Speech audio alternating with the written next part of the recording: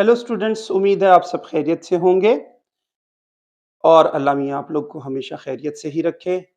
Okay, आज हम 10th class में एक नया चैप्टर यानी थ्योरी ऑफ क्वाड्रेटिक इक्वेशंस शुरू कर रहे हैं। Chapter 2 theory of quadratic equation. इससे पहले जो आपने चैप्टर पढ़ा, देखा, हमने सॉल्व किया, वो क्वाड्रेटिक इक्वेशंस के सॉल्यूशंस के बारे में था कि हमने 3 मेथड, आपको याद होगा हमने 3 मेथड से किया है। यानी सबसे पहला मेथड भाई फैक्टराइज करना, सम एंड प्रोडक्ट स्प्लिट मेथड। फिर सेकंड मेथड हमने कंप्लीटिंग स्क्वायर का सीखा। फिर थर्ड मेथड हमने क्वाड्रेटिक फार्मूले का सीखा कि अगर आप के पास सम एंड प्रोडक्ट से नहीं सॉल्व हो रहा तो आप क्वाड्रेटिक फार्मूला पे सॉल्व कर लें। ठीक है, तो क्वाड्रेटिक फार्मूला पे हर टाइप की क्वाड्रेटिक इक्वेशन जो है वो सॉल्व हो जाती है। और अगर आपको स्पेसिफिक बताया गया है कि भाई आप कंप्लीटिंग स्क्वायर से करें तो आप कंप्लीटिंग स्क्वायर से भी उसको तरीका आपको बता दिया, मेथड आपको बता दिया, उससे भी आप सॉल्व कर सकते हैं। ओके, अब जो थ्योरी ऑफ क्वाड्रेटिक इक्वेशन है, तो थ्योरी ऑफ क्वाड्रेटिक इक्वेशन में आपको ग्रिप होनी चाहिए भाई। क्वाड्रेटिक इक्वेशन में जो आपके पास जितने भी यूज हो रहे हैं कोफिशिएंट्स, ये सारे के सारे कोफिशिएंट पे बेस एक एक्सरसाइज है। यानी उसमें हम एक नई चीज आप देखेंगे, डिस्क्रिमिनेंट का लफ्ज। ये डिस्क्रिमिनेंट क्या चीज है, तो थोड़ा सा समझाता हूं कि ये थ्योरी ऑफ क्वाड्रेटिक इक्वेशन में बेसिकली है क्या चीज। हमारे पास बेटे जर्नल क्वाड्रेटिक इक्वेशन की जो फॉर्म है वो क्या है, आप देखें तो a x square plus b x plus c is equal to 0। तो आप देखें बेटे यहां पे आपके पास जो ए है, बी है और सी है। ए और बी तो एक्स स्क्वेयर के एंड बी जो है वो एक्स का कोफिशिएंट है। ये एक्स स्क्वेयर का कोफिशिएंट है, ये एक्स का कोफिशिएंट है और ये कांस्टेंट है। अब जब आप इसको सॉल्व करते हैं, यानी इसकी आप जब रूट्स, इसी की आप रूट्स निकालते हैं, तो आपके पास क्वाड्रेटिक फार्मूला है minus b plus minus square root of b square minus 4ac divided by 2a। यहां पे ये क्वाड्रेटिक फार्मूला है जिसमें ये वाला जो फैक्टर है, ये डिस्क्रिमिनेंट कहलाता है। क्या कहलाता है? डिस्क्रिमिनेंट कहलाता है। इसको हम डिस्क्रिमिनेंट कहते हैं। ये डिस्क्रिमिनेंट बड़ी ही अहम चीज है इस क्वाड्रेटिक फार्मूला में। क्यों भाई अहम चीज है? वो इस तरह से अहम चीज है कि आपको अगर मैं एक क्वाड्रेटिक इक्वेशन दे देता हूं और आपको मैं कहता हूं कि इसको सॉल्व नहीं करना, आपने ना सम एंड प्रोडक्ट से यानी फैक्टराइजेशन से भी नहीं, कंप्लीटिंग स्क्वायर से भी नहीं सॉल्व करना और आपने इसको क्वाड्रेटिक फार्मूले से भी नहीं सॉल्व करना, आपने डायरेक्ट मुझे बताना है कि इसके जो एक्स के आंसर्स हैं, एक्स के आंसर्स को हम बेसिकली क्या कहते हैं? रूट्स कहते हैं। ठीक है ना, क्वाड्रेटिक इक्वेशन की रूट्स कहते हैं। एक्स के जो आप 2 आंसर्स निकालते हैं, एक्स की वैल्यू एक, एक्स की वैल्यू दूसरी, उसको हम क्या कहते हैं? रूट्स कहते हैं। तो ये आपको बगैर सॉल्व किए रूट्स के बारे में बता देता है कि रूट्स आपके पास रैशनल हैं, आपके पास रियल हैं, आपके पास इमेजिनरी हैं, वो एक जैसी होंगी कि नहीं होंगी, वो इक्वल हैं कि अनइक्वल हैं। ठीक है, तो इसमें अब आप देखेंगे कि एक खास आपको मैं कुछ रूल्स बताऊंगा, वो आपने इस एक्सरसाइज के लिए, इस एग्जामिन ऑफ द नेचर के लिए याद रखने जरूरी हैं और वो आप लिख भी लें। तो इसके कुछ रूल्स हैं। Rules for to find the nature of roots of quadratic equation. तो ये मैं आपको सबसे पहले बताऊंगा। ये किससे मालूम होगा? ये डिस्क्रिमिनेंट से। डिस्क्रिमिनेंट के बगैर हम नेचर ऑफ रूट्स को फाइंड नहीं कर सकते, मालूम नहीं कर सकते, उसके बारे में हम कुछ नहीं कह सकते।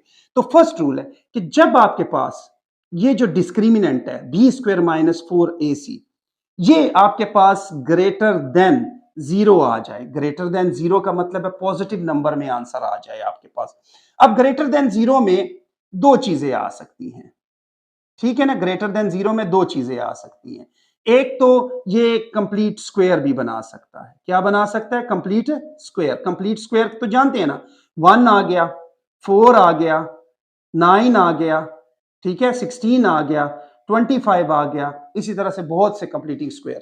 कंप्लीट स्क्वायर बना दे, कंप्लीट स्क्वायर की रूट, यानी ये कंप्लीट स्क्वायर की वैल्यू आपको दे दे, तो तब आप इसकी रूट्स को क्या कहेंगे? तो तब इसकी रूट्स जो होंगी कंप्लीट स्क्वायर जब आ जाएगा तो तब इसकी रूट्स जो होंगी वो रैशनल होंगी। ठीक है, इसकी रूट्स क्या होंगी, यानी जब आपके पास कंप्लीट स्क्वायर, ये आपको डिस्क्रिमिनेंट सॉल्व जब आप करेंगे तो आपके पास कंप्लीट स्क्वायर आ जाएगा, तो तब आप उसको कहेंगे कि इसकी रूट्स जो हैं वो रैशनल हैं, रियल हैं एंड अनइक्वल हैं। क्या है, अनइक्वल है। कब, जब आपके पास ये जो डिस्क्रिमिनेंट है इसकी वैल्यू ग्रेटर देन 0 आ जाए, यानी पॉजिटिव नंबर्स में आ जाए, लेकिन कंप्लीट स्क्वायर में आए। कंप्लीट स्क्वायर में 1 आ जाए, 4 आ जाए, 9 आ जाए, 16 आ जाए, 25, तो तब रैशनल होंगी इसकी रूट्स। ठीक है, और रियल होंगी और अनइक्वल होंगी। इसी तरह से जब आपके पास ये कंप्लीट स्क्वायर ना दे दे, ठीक है, नॉट आ कंप्लीट स्क्वायर,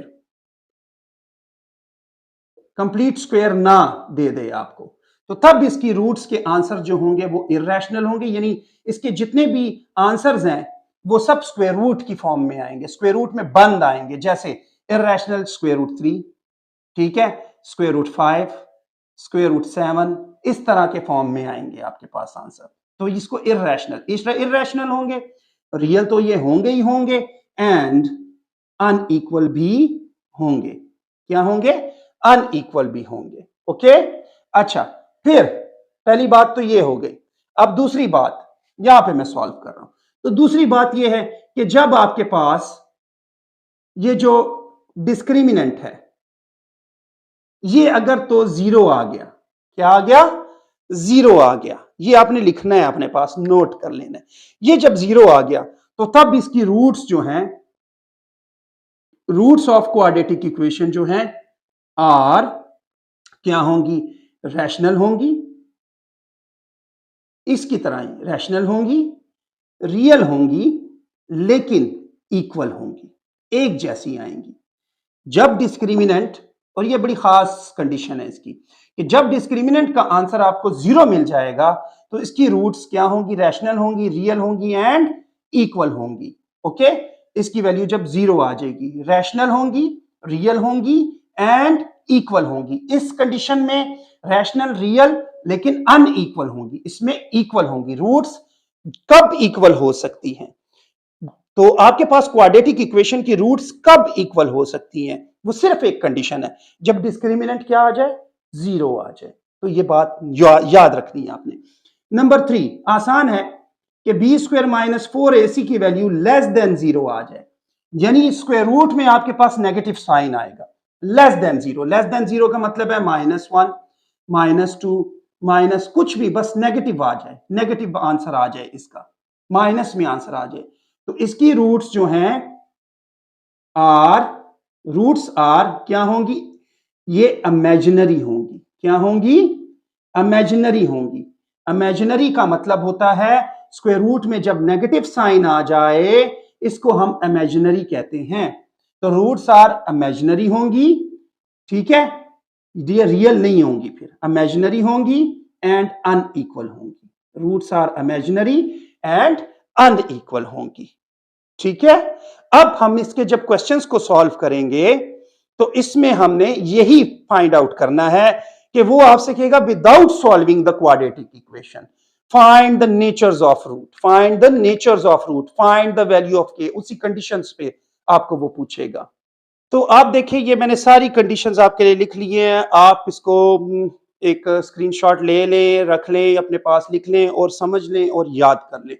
तो ये एक्सरसाइज में आपको, और आगे की जितनी भी एक्सरसाइज में आपको परफॉर्म करवाऊंगा तो उसमें जहां भी इसका यूज हुआ तो आपको पहले से ये याद होगा, आप आसानी से कर सकेंगे। अब क्वेश्चंस आसान है, अगर आपको ये तमाम के तमाम रूल्स याद हैं, डिस्क्रिमिनेंट किस तरह से हम लिखेंगे, किस तरह से उसकी वैल्यू में नेचर ऑफ रूट्स को बताएंगे, तो ये एक्सरसाइज आपके लिए कुछ भी नहीं है, आप आसानी से इसको समझ पाएंगे।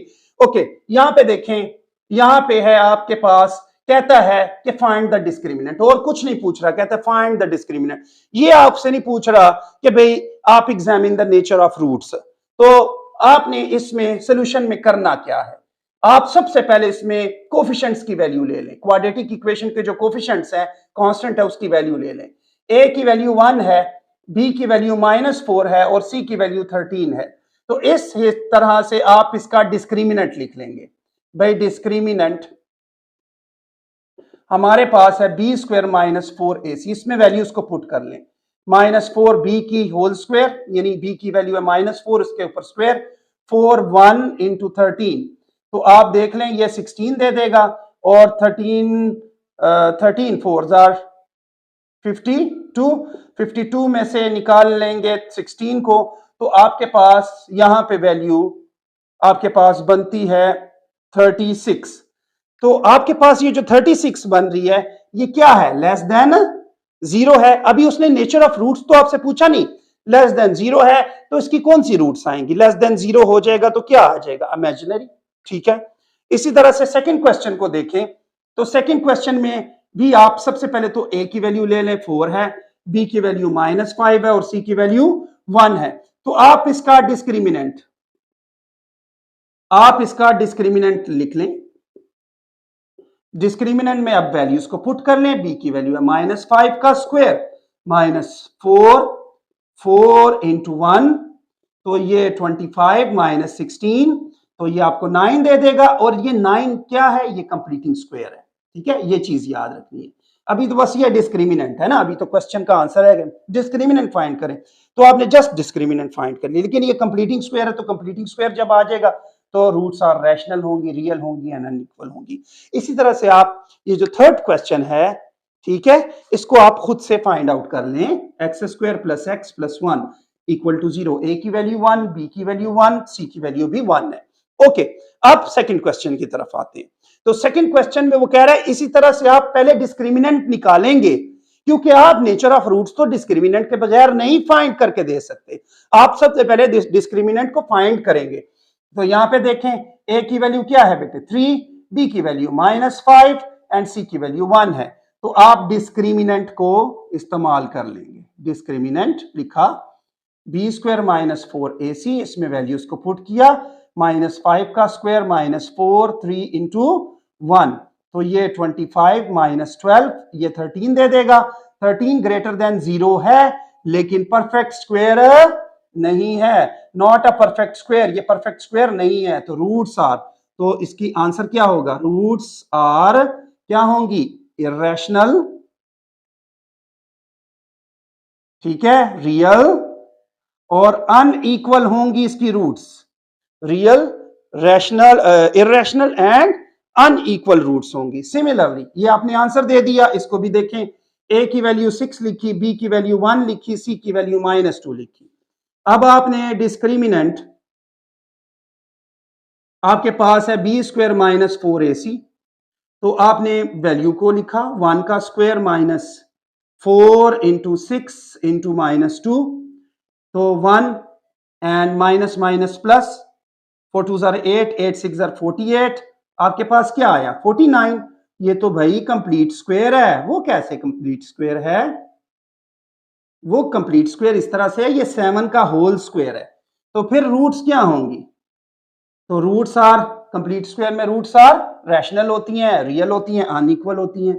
रैशनल है, रियल है एंड अनइक्वल है। ठीक है, और आपने ये क्वेश्चन जो है, ठीक है, ये वाला question 3x square plus 2x plus 1 equal to 0, इसकी आपने रूट्स इनमें खुद फाइंड करनी है। a की वैल्यू 3 है, b की वैल्यू 2 है और c की वैल्यू 1 है। इसकी नेचर की रूट्स आपने खुद फाइंड करनी है।